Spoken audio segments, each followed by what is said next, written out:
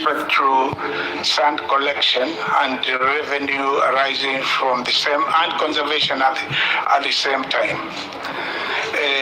What we have established, the county government of Kitui is not the one which collects the 6,000 or any employee of ours.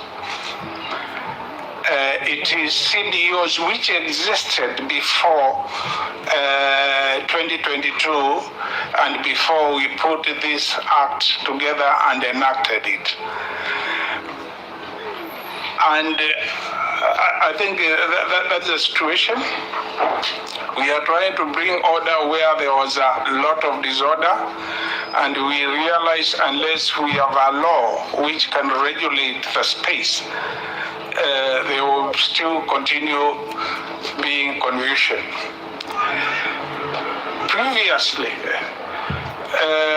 those CBOs used to pay a lump sum for scooping sand in Kitui County for a period, for a year. And that amount was a year variously 300,000 or some such figures. But now you can see order is coming into it, but it will take time. It cannot happen overnight. Going to what Senator Lelwenge was asking, why do we put in our budget 50 million while we ended up collecting much less? We did that because we hoped through implementation of the law which we enacted and creating order in the way even the revenue is collected, we'll be able to generate a lot more revenue. Obviously, we did not, because, for example, the court I'm talking about, we constructed it. It was to be operationalized. It has not been operationalized yet, but we hope it will be in the near future. And sooner than later, even people who get sand there and don't pay, they will start paying. Yeah, Senator Malombe. The Director Revenue talked about cooperatives, formation of cooperatives. Governor, you're referring to CBOs. So who is managing the sand? Is it the cooperatives or the CBOs? Number one, if it is cooperatives or CBOs, they will aggregate sand and sell the sand to the buyers. Of course, they'll make a living from them. Then there would be the transporters who would be paid, who would pay cess to the county government. Not so? So are you comfortable with the 5 trucks per day? That would be my question, because then we are told of a story of 100 trucks per day. But from the calculations, we are talking about, or we are seeing it's like 5 trucks in a day. That's what I just want clarification. Is it CBOs or is it cooperatives which are aggregating the sand? And then when it is aggregated, then it is sold. And the county is getting money or revenue from the cess, isn't it? Whether it is from the CBO, from the cooperatives, but the transporters must pay cess. Are you comfortable with the 5 trucks? Governor? And I think, Governor, just a disclaimer, I think from the chair and the members of my committee, we have a lot of respect for you by virtue of your professional background and qualifications. Even though in the last few minutes, you have focused on describing the problem rather than the solution. So we hope as you answer Senator Maruma, you'll also focus more on the solution, because you described the problem very well. And as he answers, Chair, how is that revenue paid, the cess? Is it automated? So much so that if the trucks are paying between 10,000 and 2,000, depending on the truck, then you can see if it's automated, a statement of that payment, which you can track. Governor? The cess and the charges which are paid to the county are automated, so they are not collected by an individual in cash. But let me go back to what Senator asked about CBO and cooperatives. Previously, it was CBOs. That space was dominated by CBOs made up of people who scoop sand. And there didn't seem to be any order at all. But when we came in and enacted the Kitui County River Basin Sand Utilization and Conservation Act 2024, we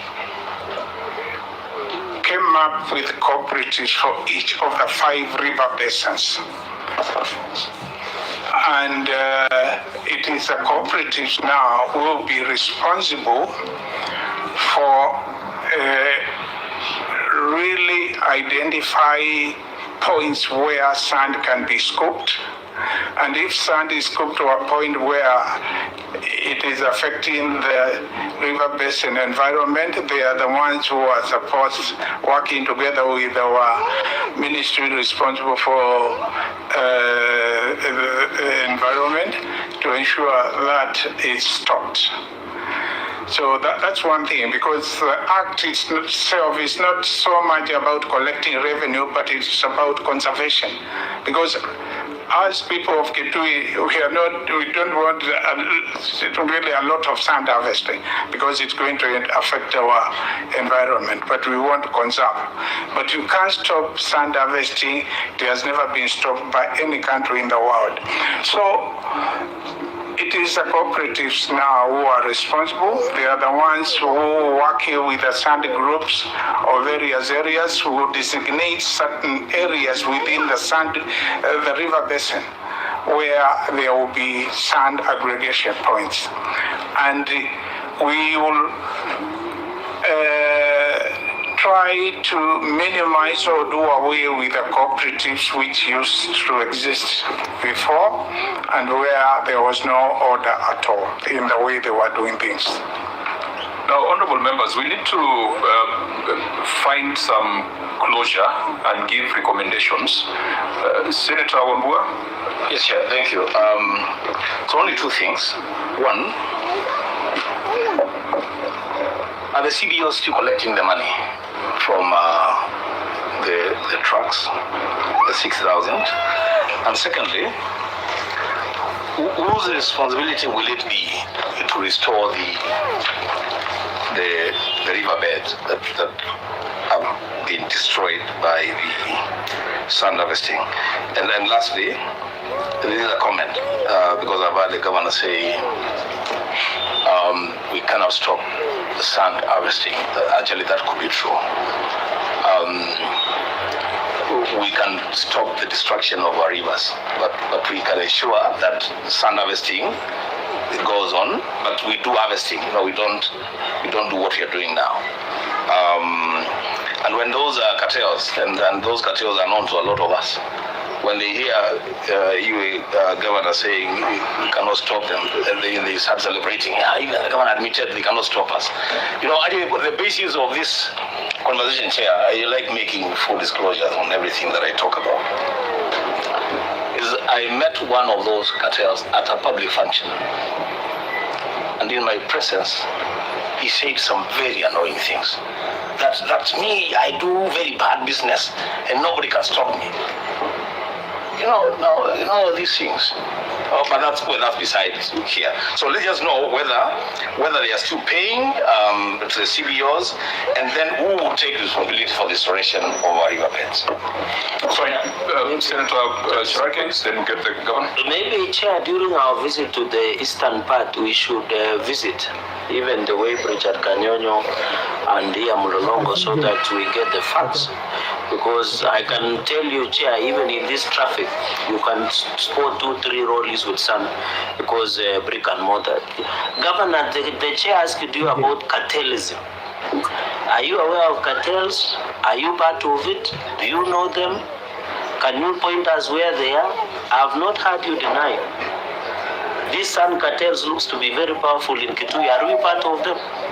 Thank you, Chair. Yield back. Governor, maybe you can make your response brief. Very quickly, First, the CBOs have not been phased out completely because the cooperatives which came with the law, and the law was enacted we enacted last year. It will take time before it kicks on fully. So they are still, particularly in some places, particularly in those Mwingi areas you talked about, Kiromboko area, NGO, we are there.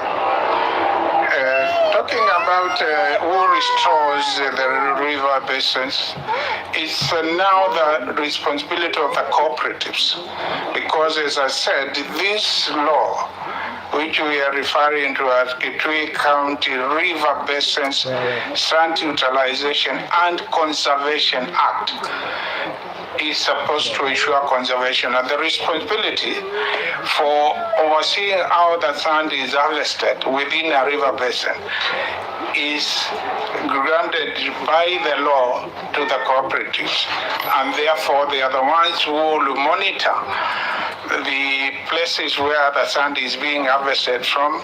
If it reaches a certain level, they close the place and they ensure restoration, including planting trees and including stopping people from collecting sand from there. The issue about cartels, do cartels exist?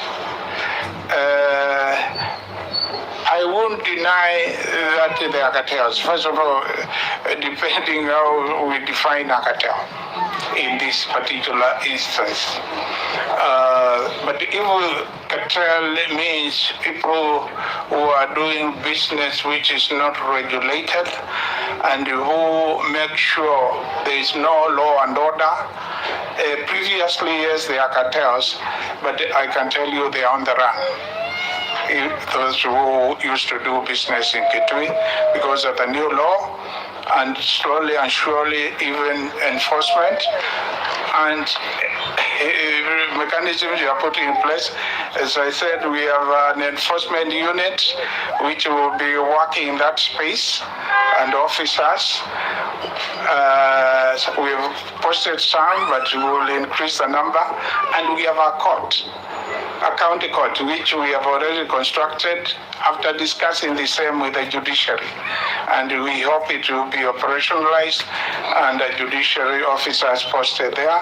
And if it's a lorry which is not properly licensed or is carrying sand from a river basin, then it can be arrested by the enforcement officers together with the national police and then charged in that particular court. And we think in the near term, I will not say short term, and I don't want to say long term. In the near term, we want to bring order in that space. Okay, finally, Vice Chair. I know the cartels would be there. Normally they are there, but they work at night. And these things are known, only that people don't want to nab them. But they work at night, they carry their sand at night, and they don't pay. It's there everywhere, even in Tetavet, it happens. Why? Because the people who are supposed to collect cess and the enforcement people just go home and leave this people to work. So a point of information to Senator Maroma. The ones in Kitui are very bold. They do it day and night. Day and night. They do it day and night.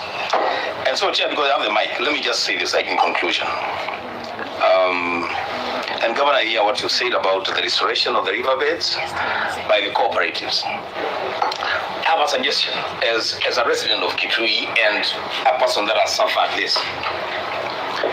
Why not think about, because now you are rolling out a new law, why not think about every truck that will be registered to do sand business in Kitui, you attach a fee to the registration for the restoration of the already destroyed riverbeds, because if you have then cooperatives in places like Romboko, Enzio, Mwania, Tiva, and maybe Kevo, those beds are already destroyed. So the cooperatives are coming to operate on a riverbed that's already destroyed. So expecting them to raise funds from wherever to restore the riverbeds would be expecting too much from the cooperatives. Why not use the law that exists now to make sure that every truck that is registered, there is a fee for restoration of riverbeds? I think. Chair, 30 seconds. Please, 30 seconds. Chair, on these sun cartels, I was expecting the governor to deny, but it looks like sun cartels in Kitui are part of that DNA of that region.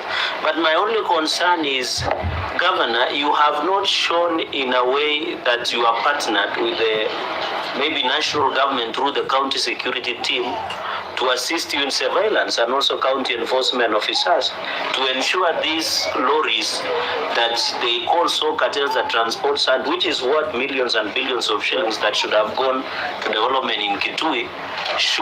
Is there a way you are partnering with the county security team to ensure that these people are arrested? The chair, the reason I'm passionate with Kitui is I'm in law in Kitui. And I don't want my nephews and uncles to suffer in Kitui because of poor development. So can he give us a global on how to address this problem once and for all? Now, I think what we need to, and very good points and suggestions coming from senators, but we differentiate between issues of law and order, issues of policy, and issues of financial accountability. We are here primarily on issues of financial accountability. And the reason why we have had this conversation for the last 1 hour is that the revenues reported as cess by Kitui County government, they appear understated. 2 years ago, Kitui only reported 9.066 million as cess. 1 year ago, it grew to 15.5 million. And then last year, it dropped to 11.8 million. We have given you an opportunity to try to explain why that seesaw movement, but you have given us all the excuses in the world. It's very difficult to pin down the real cause of that oscillation on cess.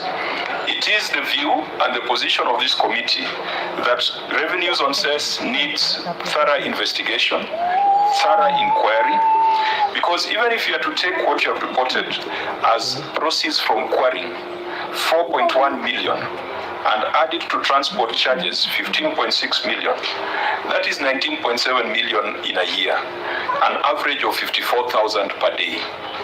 The people of Kitui, which is one of the biggest counties, 30,000 kilometers square, is it logical, is it realistic and reasonable that the county government of Kitui would collect only 54,000 shillings per day, considering all the traffic that is seen? These must be tested. And Governor, we might be calling for a special audit or a forensic audit or even the EACC to look into this so that we have the assurance that the cartels, even if they are there, the county government and its officers are not part of the cartels. The county government and its officers are not the ones who are aiding the cartels. We say this with a lot of pain because your people are suffering drought. And they cannot be suffering drought and the money that is supposed to help them is going into the pockets of cartels. We live in this country. We know where sand comes from. If you're doing a project in Nairobi, and we feel like this particular revenue stream is underreported, under-optimized, and we must do everything possible for the money to go into the pockets of the public rather than the money going into the pockets of a few. 54,000 a day, 5 trucks a day, clearly does not make sense. So, honorable members, we might want to make a recommendation on a special audit or a forensic audit or just direct investigation so that we can get to the bottom of this matter. Chair, as the area senator, I would recommend, because the EACC had initially gotten wind of this, they had already started working on it. I don't know why they chickened out. I would rather just ask the EACC to follow up on this matter. Okay, fine. So, members, this was quite important for us to address.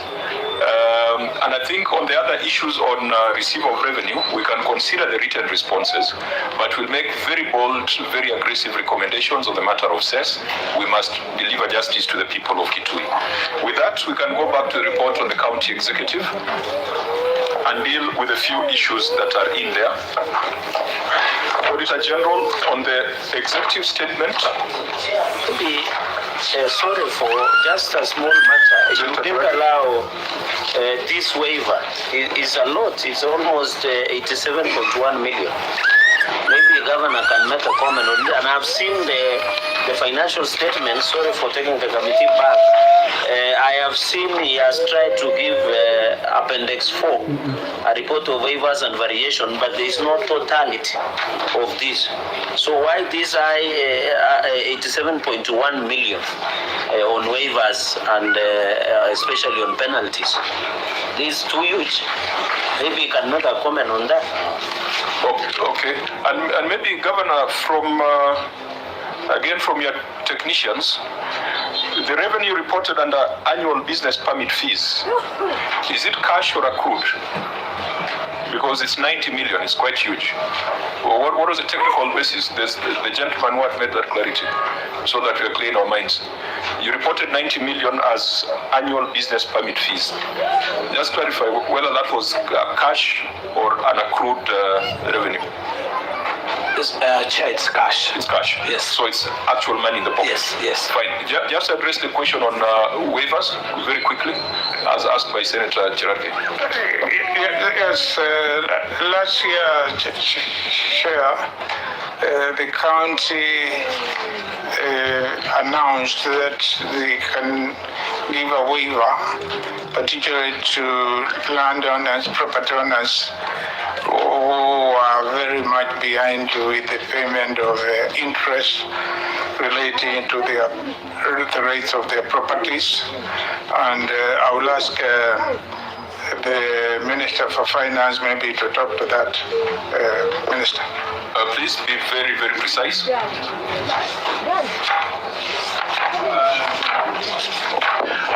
Honorable Chair,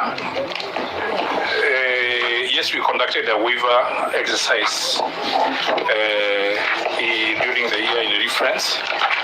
And mainly, Chair, our biggest problem is that there is a lot of problem in Kitui with the duplication of plots. And our main target actually was not really to waive, but to get the real owners of the plots and identify where they are. Initially, we conducted a business mapping, and one of the areas where we got a lot of problem is to identify the owners of especially the plots and the ones which are within the municipalities. But I want to really tell this committee that even having waived this amount, although we got very important data for use, which we're using right now and in future, we also, Honorable Chair, increased the collection of rates by 100%, because initially we were collecting around 10, 11 million, and we were able to collect in tune of 23 million. Thank you. Honorable members, I didn't want us to generate further debate on ROR. As your indulgence, you say they collected 23 million and waived 87 million. Senior Counsel Okongo. That's interesting. Chair, I'm sorry, but I'm just wondering, Governor, I've looked at the advert you placed in the newspaper for waiver. Why was it necessary for you to put your photo there that you are giving waiver? I thought this was the county government of Kitui. I've looked at the advert. You see, your picture is there, and it's saying that the county government of Kitui. But the picture there is yourself. Didn't this increase the money you pay to the newspaper to give waiver? Why can't you just put an advert and tell people you are waiving? Why must you advertise yourself in this waiver? What was the date? What was the date of that notice, Senator? The notice is there, but what is so prominent is the picture of the government. Does it have a date? Maybe it was Father Christmas. Chair, I personally... And it seems you are still manual. You are telling people that...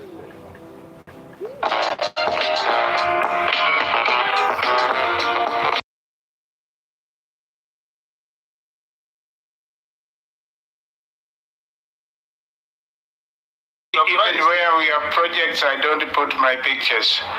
But I think they were trying to copy what has been happening in virtually all county governments of Kenya. You can't benchmark with bad No, I'm saying they, not me. Because as I said, as a person, I don't like advertising myself. You know, the newspapers will charge you for this. The people of Kitui, the money we gave you was costed here. This space was charged by the newspaper. But I saw the advert, and I think you're correct. Did you reply? He's talking about the county government of Kitui announcing that waiver, not the governor. Yeah, but the photo. Yeah, but maybe.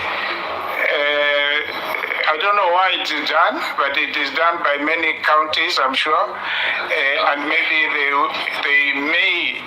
But you can direct them not to repeat. I mean, yeah, I don't need it. Thank you. Senator Sifuna, Chair started by saying to you, Governor, that a lot of people in this room and outside this room respect you. So we don't expect to see things like this. So if it was my friend, the CC for Finance who did this, you need to reprimand him. That next time, you don't want to see your photos everywhere. I know where that tradition is coming from. We used to have a governor in Kitui whose name I will not divulge, where everything they did, even toilets, their names are all over and their photos. It doesn't help anyone. Senator Sifuna. Chair, we will wait until Wambua is governor of Kitui. We see what he will do. But in defense of the governor of Kitui, in your defense, if you look at the prominence of the photo here, it's not anywhere near what we have seen other county governors doing. Yes. I am telling you, we see billboards here in Nairobi, and you can see the face of the governor 100 kilometers away. And then when you reach there, you're wondering what is going on. Has he died or something? Then you see there. At the bottom is where you see that there is a waiver of land rents. I will not mention names, but we have seen things here, and we have as a Senate, I remember we actually had a debate on this matter. I think there was a bill. Yeah, there was a motion. I think there was a motion that was brought to us. Yeah. Because every single thing, you drive around Nairobi, you will see a road project, the MCA, the member of parliament for the National Assembly. This conversation needs to get to all Kenyans, that all these resources are public money. It is not your money. So when I see people putting their faces, including live coverage of Nyota projects, and the others claiming that this is the president giving in the young people money, that money is our money. He should remove his face from there. On a point of order, that one should be expunged from the record.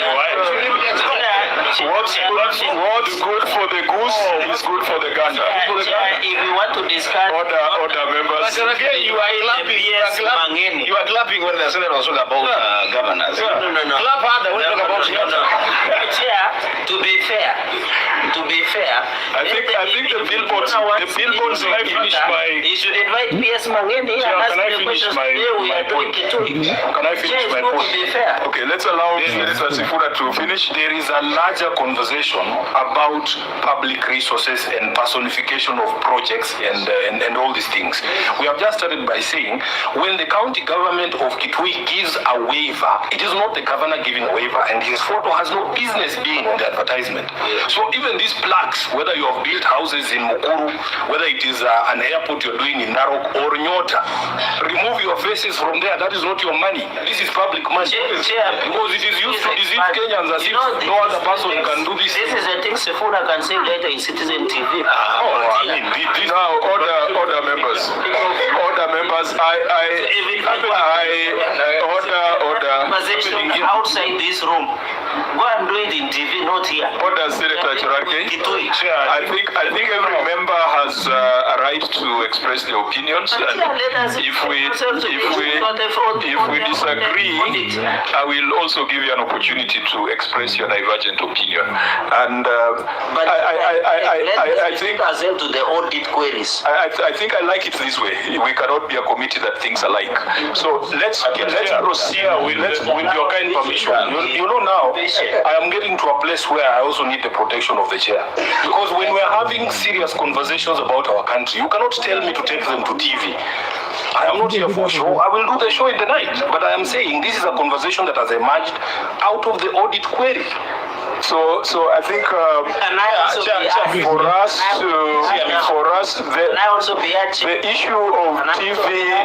the issue of TV must be expunged from the records because it refers to extraneous matters that are not before the committee. In the interest of time and considering that we still have another county executive waiting outside, I will steer this debate back to the report on the county executive. Being disrespectful. Order, Senator Cherargei. Let us go to the report. Let us go to the report on the county executive. Can I make a comment? I beg of you also, as members and is this committee, you are chairing it very well, to restrict ourselves to the audit queries and the entity on the floor. Let's do so. Leadership, we can do it. Auditor General. Chair, I differ with that. You cannot switch jacket us into a conversation. I mean, you can make cross references. If you say we just stick to this, then we'll have nothing. This is your nota. When you make references, Chair, when you make references, you should be ready also for answers. Why would you make a comment and not be checked? Fine. So the points have been made. Auditor General, we are back on the report on the county executive. We take note, Governor, and we take note that your county is facing severe strain, climate-related, drought, and related emergencies. In this report on the county executive, before we get into the specifics, could you let us know, have you established your county emergency fund? Yes, Chair. How much did you transfer to the emergency fund in this financial year? I think 20 million. Could you demonstrate in your financial statement, because it should be captured under transfers?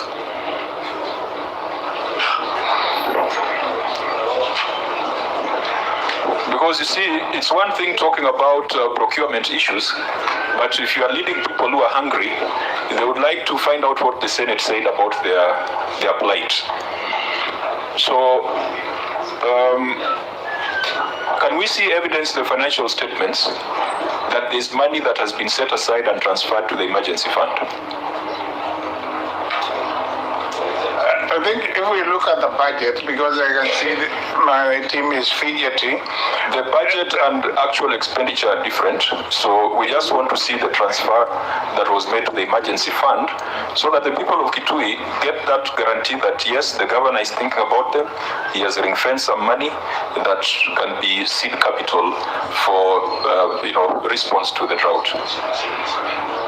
We are back on the report of the executive, but I was just making a global observation because, it sounds very theoretical to talk about accounting standards when we are talking on behalf of people who are starving. So I'm just asking the governor to demonstrate to us whether the emergency fund has been established and the transfers that have been made to that fund. What I can confirm and I know is in our budget we set aside 20 million on whether we can now produce the transfer instruments and the accounts of the fund. I must admit, Chairperson, I don't think we can do that now. So your technicians cannot demonstrate whether that 20 million was transferred to the emergency fund? Because you see, we are looking at all the money received as a county.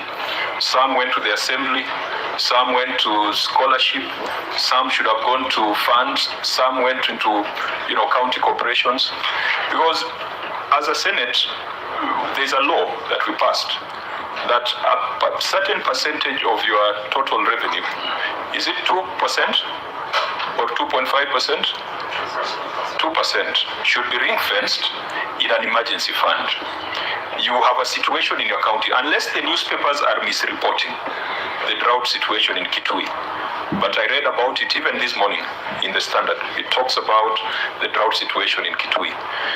That money in the emergency fund is your starting point for emergency response, because it will be difficult for you to go back every week to the assembly to get a budget line to deal with cows that are dying, to deal with people who are getting displaced by hunger. Are you able to demonstrate that you have established an emergency fund, Governor? I'm saying what I can vouch for. In the budget, we set aside 20 million for the emergency fund. Whether the actual transfers have been effected, allow me, Chair, to check on that one so that I don't say something. So as it is now, you are confronted with a situation. What are you doing as a county government, and where are you getting the money to respond? Or are you just saying Serikali's idea?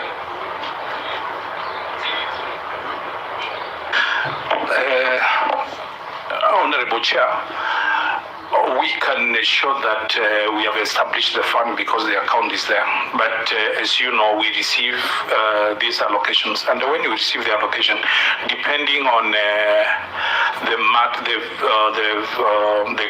matters which are on the critical path. For example, now you have mentioned this one. We have now to put money into that account as the allocation continue coming. So we don't have a situation whereby the entire 20 million is taken at once and is put in that account. Yes, you are familiar with these financial statements? Yeah. Go to note 13 on other grants and subsidies. Because the governor says you have an emergency fund. And for you to have an emergency fund, it needs to be funded. For it to be a fund, it needs to be funded, isn't it? Now you have a situation that requires response from an emergency fund. Are we going to watch the citizens of Kitui die because you have decided to do other things and not respond to emergency? There is a line there on emergency relief and refugee assistance. Ideally, that's a line where you demonstrate how much you have put aside to deal with emergencies. And it is blank, it is zero. Note number 13, other grants and subsidies. Yeah. So there is zero on emergency relief and refugee assistance. What are we telling the people of Kitui who are facing drought? Are they on their own? 26. Because you see, it's when you come here, we just should not talk about the theory and the accounting standards, but put into context what the citizens are facing. Yes, Governor? Mr. Chair, as I said, I can't at this point in time produce any documentation to show the money is in the fund. But what I can vouch for, because I'm the chair of the County Executive Committee, where the budget passes before it goes to the County Assembly, and who signs the appropriation bill, the money, 20 million, is there, and it can be used to address any emergencies and to deal with relief issues, even as it is, because it has been appropriated as such by the County Assembly. Senator Mbua, Senator Chirake. So then, Chair, I would then request the Governor to confirm that even in the situation that we find ourselves in, then that money, that fund has not been utilized to respond to any emergency. Has it been utilized? Yeah, it has. You know, emergencies is not just lack of food. We We have emergencies where people have accidents. We have emergencies where people are attacked by people from across the border, and we have responded to those emergencies. We have emergencies when there was a